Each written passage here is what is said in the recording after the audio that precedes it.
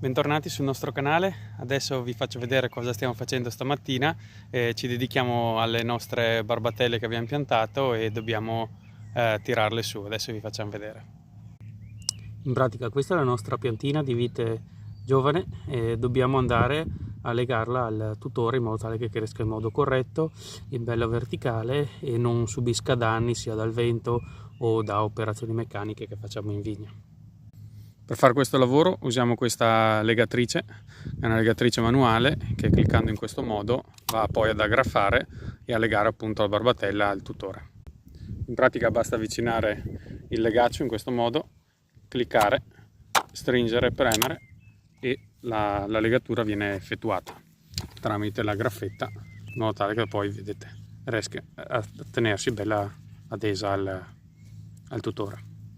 E questo è un po' l'effetto che poi si crea in tutte le barbatelle.